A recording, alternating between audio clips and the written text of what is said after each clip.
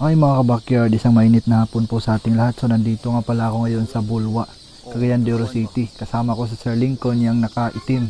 Siya po yung may-ari ng pagkukunan natin ng sisiw ngayon dahil dito niya ipina-incubate ang kanyang mga pure na bloodline ng Brahma, Kusiamo, Cornish Bantam at saka yung mga iba pa niyang mga sisiw. So makikita natin ngayon mga ka-backyard kung ano pa yung mga sisiw na pwede natin kunin. So ayan, binigay na po ng in charge sa pina-incubate namin ng area. So ayan po yung mga sisiw. So nakalagay po siya sa paper bag. So open natin mga ka-backyard para makita natin kung ano yun. So ayan po yung Turkey line Brahma mga ka-backyard na sisiw. So dito po tayo kukuha ng materialis na pangdagdag natin sa ating backyard na mga alaga. Tsaka mayroon din siyang mga bantam dito. Yung long leg na bantam mga backyard, mayroon din siya.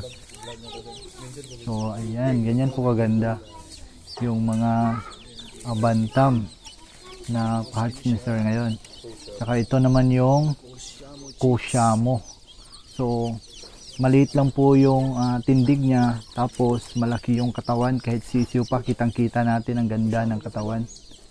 So ito naman yung Siamo, yung mga malalaki na manok. So dito sa kabila ano to, so ito na yung hinihintay natin mga ka-backyard, yung mga Brahma chicks. Kahit nasa 1 day old pa lang po sila. So ayan, kitang-kita nyo mga ka-backyard ang laki. So magabil nga pala ako nito mga ka-backyard ng 4 na piraso para pangdagdag sa ating inaalagaan dito sa aking munting backyard, dahil maganda din ang bintahan nito at saka maganda din ang tindig dahil malalaki sila. Saka ito naman yung Cornish Bantam. So medyo may kapansanan yung isa mga ka-backyard. So kung sa tao pa parang disable yung mga paa niya. So ayan. So dahil nakita natin mga ka-backyard, bibili natin ng sisiw. So meron din akong kasabayan ngayon na bumili. So ganyan po yung pag-identify niya kung lalaki. So pag once lalaki is magalaw po yung sisiw. So lumalaban siya. So ganito naman yung pag gender pag once babae. So ayan. Parang nagpaubaya ng mga ka-backyard pag hinawakan. So ganyan po yung ginagamit namin dito sa pag-gender. So ganun din yung ginagamit ko sa pag-gender sa kanila. So ayan, dahil malapit yung bahay ko sa pina-incubatean ni Sir, so pumunta siya sa aking area. So kinausap niya muna yung papa ko at saka nagtatanong siya kung may mga selkie ba. So ayan, tiningnan ko na yung kukunin natin ngayong sisiw.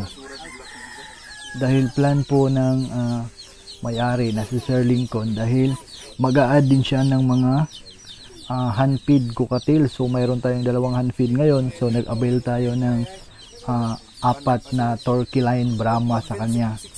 So plan ko na mag-swapping kami. So yung 2 hand feed cockatiel ko swap sa 4 na Turkey line Brahma at saka 3 Kusiamo and then 4 na Cornish Bantam. So ayan po yung gagawin namin ngayon mga ka-backyard. So makipag-swap po ako sa kanya para may mga dagdag materialis ako dito sa aking munting backyard. So ayan, ilagay ko na po sa loob mga ka-backyard ang aking napili. So pupunta na kami doon sa aking ibunan para siya naman yung mamili ng painakay na kukunin niya ngayon. So ayan, hinahawakan na ni Sir ang 2 hand feed cockatiel natin. So hindi ko sana ito i-out mga ka-backyard dahil gagawin ko silang future breeder. Kaso lang need din natin na mag-upgrade ng mga malalakas na mga manok dito sa ating area. Kaya isinacrifice ko muna mga ka-backyard ang aking 2 cockatiel babies para maka-upgrade tayo ng mga magagandang fancy chicken. So ayan mga ka-backyard, tapos na kami nag-swapping ni Sir Lincoln ng 2 cockatiel babies.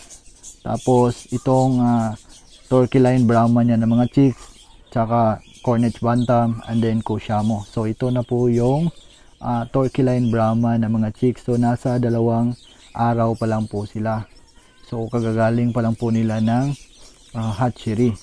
So tapos na po silang nabaksinan doon, at saka ilalagay ko na sila dito sa carton para dito ko muna sila temporaring ilagay habang bata pa sila. So pagdating nila ng 1 month, so doon ko na sila ilagay sa aking likuran para matransfer. So sa ngayon dito muna sila. So tingnan nyo mga backyard, ang ganda talaga nila. At saka ang lalaki kahit 2 araw pa lang sila. So 2, 4, 6, 7. So may 7 po tayo na ang mga Brahma chicks. And then ito naman yung Kushamo na mga chicks. So kahit maliit pa sila, so kitang kita nyo ang pagkalaki ng kanilang katawan. Dahil ang kagandahan po ng Kushamo is para siyang bantam na malaki yung kanyang katawan. So ayan, ang ganda. So hindi ko pala sila isinama doon sa mga Brahma chicks dahil ang Kushamo is maliliit po sila. So hindi sila kayang makipagsabayan doon sa mga Brahma. So ito naman yung Cornish Bantam. So mayroon tayong 4 na Cornish Bantam na na-avail sa ating kaibigan na mahilig din sa pagmamanok. So ayan, 3 Kushamo, 4 na Cornish Bantam, at saka 3 Brahma chicks. So ayan po yung isiniswap ko sa akin 2 cockatiel baby. So ang total po ng chicks natin ngayon is 7 na Brahma chicks, 3 Kushamo, 4 na Cornish Bantam. So ito po yung mga materialis natin ngayon mga backyard na idadagdag sa aking munting backyard para mayroon tayong mga pangmalakasang bloodline ng mga fancy chicken. So I hope mga backyard mabuhay natin yung mga sitio na in-additional natin sa ating munting backyard. So ayan, ito po yung 6 na sitio na nung previous upload ko sa inyo na sitio ng aking Blue USLK. So sa ngayon ang aking Blue USLK is mayroon po siyang nililimlimang itlog na 14 eggs. So pinapostiran ko po sa kanya ang itlog na aking Silver Vincent. So siya po ngayon ang naglilimlim. So ito na po ang update sa amin ko ng mga sitio mga backyard. So malaki na sila at saka medyo tinutubuan na ng mga balahibo ang kanilang pakpak. So mayroon po itong 3 naked neck showgirl at saka mayroon ding 3 hindi naked. At saka mayroon ding kagaya ang kulay sa ating Blue USLK hen. So ayan po siya, ang ganda po niya.